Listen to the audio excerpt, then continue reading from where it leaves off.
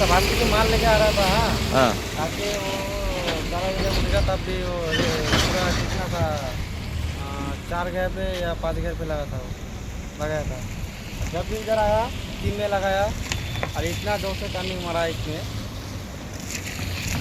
क्या बोल सकते, कंट्रोल नहीं कर पाया। और मैं तो गया नीचे, वो जो दरवाज़ा था कि खिड़की उससे मैं नीचे गिर गया। नीचे गिर के मैं ऐसे बैठ गया, मेरा ऊपर फिर गाड़ी पर गया, गाड़ी के अंदर घुस गया फिर से। और वो जो ड्राइवर था वो तो मेरा ऊपर गिर गया, ऐसे करके पकड़ लिया। और जो जितना सामान था सब मेरा ऊपर गिरा। तो सिलेंडर है, तो क्या है इसमें?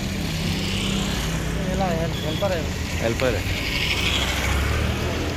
उसका तो कुछ नहीं हुआ नुकसान, किसको कुछ नहीं हुआ? उसको ड्राइवर को कुछ नहीं हुआ, सब मेरे को लगा। क्या नुकसान हुआ मेरा ऊपर। लोडेड था।